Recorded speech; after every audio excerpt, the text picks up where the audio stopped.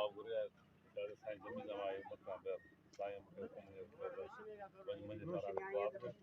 ऐं उन खां पोइ छा मसइलो आहे जेका हक़ीक़त आहे इन मूंखे आगाही ॾियो त मिलियो आहे हिननि सां हिननि छो जो कल्ह टियों ॾींहुं काठियूं करण लाइ 2-4 कलाक गुज़री विया उन खां पोइ असां वियासीं त अंब जे वण में जेको आहे टंगे पियो ऐं सफ़ा साई कोन्होसि हीअ था चऊं असां नाजाइज़ थिया जंहिंमें पुलिस असांजो को तदारक कान थी करे ऐं अञा ताईं FIR दाख़िल कान थी आहे उन लाइ मूं हुनखे ॿुधाए साईं जमीन वापसी जी ॻाल्हि खां आगाह कयां थो ऐं SP आंटी आई सां ॻाल्हायूं था ऐं इनशाला सुभाणे FIR दाख़िल कराईंदो ऐं इंक्वायरी बि इनशाला करायूं था बाक़ाइदे हुनखे ॿुधायो ऐं बाक़ी हिन सां बेवाजी बि थिया ईअं थियो नंढो ॿारु आहे 10-12 सालनि जो आहे उन सां बि हेतिरो कमु करणु ऐं हिन वीचारनि ग़रीबनि जी कंहिंसां दुश्मनी हूंदी पर हींअर लाइ सम्झ में ॻाल्हि कान थी अचे क़यामत आहे छा जो अहिड़ा माण्हू उहो त इंसानी को मुसलमान कोन्हे जेको इहो कमु कंदो हूंदो त अलाह साईं ख़ैरु कंदो इनशाला हिन सां इंसाफ़ हुनखे ॾियारींदासीं असांजी जीअं त धड़नि जो मौक़ुफ़ आहे त पुलिस रिपोर्ट बिना ऐं जेको जो ख़ुदकशी करार ॾेई छॾे ख़ुदकशी आहे इन अमल खे ताईं पुलिस जे अमल खे कीअं था ॾिसो इहो आउं ॻाल्हायां थो DSP सां SHO सां ख़ुदकशी 12 साल में ॿारु किथां कंदो 12 साल में ॿारु ख़ुदकशी वञी त झंग में कंदो इहे त अचूं सफ़ा पेर मिलाए पिया ज़मीन सां वरी हिकिड़ो नाले मातर बहानू करे टंगी विया उते को खुटा पुटा ॾेई मारियो अथनि ईअं कोन्हे को या पुलिस जी ॻाल्हि ग़लति आहे ऐं इनशाला जेको बि हूंदो हिन सां इंसाफ़ु थींदो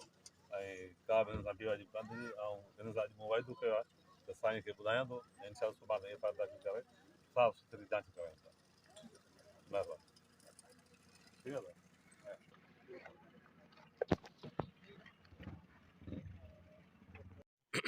अस्सलाम वालेकुम नाज़रीन असीं तव्हांखे आगाह पिया कयूं त गुज़िरियल 4 ॾींहं अॻु ॻोठ गाल्ब ख़ैबर में हिकिड़ो इंतिहाई अफ़सोसनाक वाक़ियो पेश आयो आहे फीज़ान अली वलद यार मोहम्मद कुंबर उनजो नंढड़ो गाह जे हिसाब सां घर खां ॿाहिरि निकितो जेको 2 कलाकनि खां पोइ उनजो लाश वण में अंब जे वण में टंगियल नज़र आयो ऐं उनजी अञा सुधी का बि सिधी तरह सां जांच न थी आहे पुलिस फ़र्ज़ी जांच पिन न कई ऐं मामले खे लिकाइण जी कोशिशि करे रही आहे ऐं असां हिन वक़्तु मुतासिर जॻह ते मौजूदु आहियूं ऐं तव्हांखे आगाह पिया कयूं त हिन सां इंतिहाई ज़ुल्म थियो आहे ऐं क़ानूनी तरह सां इंसानी नाते सां हिननि जी हर तरह सां मदद कई वञे त जीअं आईंदे को अहिड़ो अणवणंदड़ वाक़ियो न अचे ऐं संजीदा इदारा जेके असांजा आहिनि असां उन्हनि खे सभिनि खे रिक्वेस्ट था कयूं ऐं अपील था कयूं त अहिड़नि शयुनि ते नोट लॻायो वञे तव्हांखे ख़बर हूंदी त अहिड़ा सिंध में काफ़ी केस थियनि था जीअं खैरपुर में बि अहिड़ा केस ज़ाहिर थिया और उन यतीमनि सां ज़ुल्म थियो ऐं उन्हनि जो बि अञा केस रुलियो पियो आहे उन सां अञा इंसाफ़ न थियो आहे ऐं ॿिया बि अहिड़ा काफ़ी आहिनि पर अॼु हिते असां गाल्ब ख़ैबर में पहुता आहियूं ऐं जेको असां तव्हांखे ॾेखारियूं पिया त हिन ॻोठ जा जेके माण्हू आहिनि मीडिया जो ॿुधी काफ़ी वीचारा गद थी विया आहिनि इहो इन आधार ते त असांखे मीडिया जे ज़रिए कंहिं न कंहिं तरह सां इंसाफ़ मिलंदो सो असां निगरान हुकूमत ऐं चीफ ऑफ आर्मी पाकिस्तान खे इहा रिक्वेस्ट कंदासीं त फुल फोर बाक़ाइदे टीम जोड़े DIG हैदराबाद खे घुरिजे त बाक़ाइदे टीम जोड़े पाण मुरादू नोटिस वठे ऐं वाक़े वारी जाइ खे सील करे ऐं उते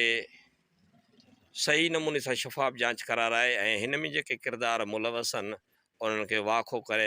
ऐं उन्हनि खे इबरतनाक सज़ा ॾियारी वञे त जीअं ग़रीबनि जे यहाँ ते छंडो लॻी सघे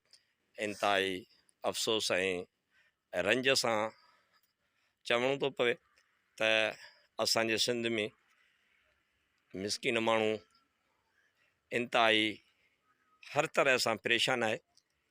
ऐं कंहिं बि तरह सां ग़रीबनि जी सिंध में किथे बि सहायता सही नमूने सां कोन पई थिए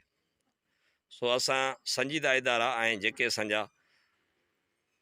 निगरान हुकूमत में सुलझल माण्हू आहिनि असां उन्हनि खे गुज़ारिश रिक्वेस्ट था कयूं त इन मुतासिर दर सां इंसाफ़ कयो वञे ऐं हिन जी शफ़ाफ़ जांच कई वञे, हिन जो केस दाख़िल करायो वञे त जीअं जवाबदार गिरफ़्त में अची सघनि।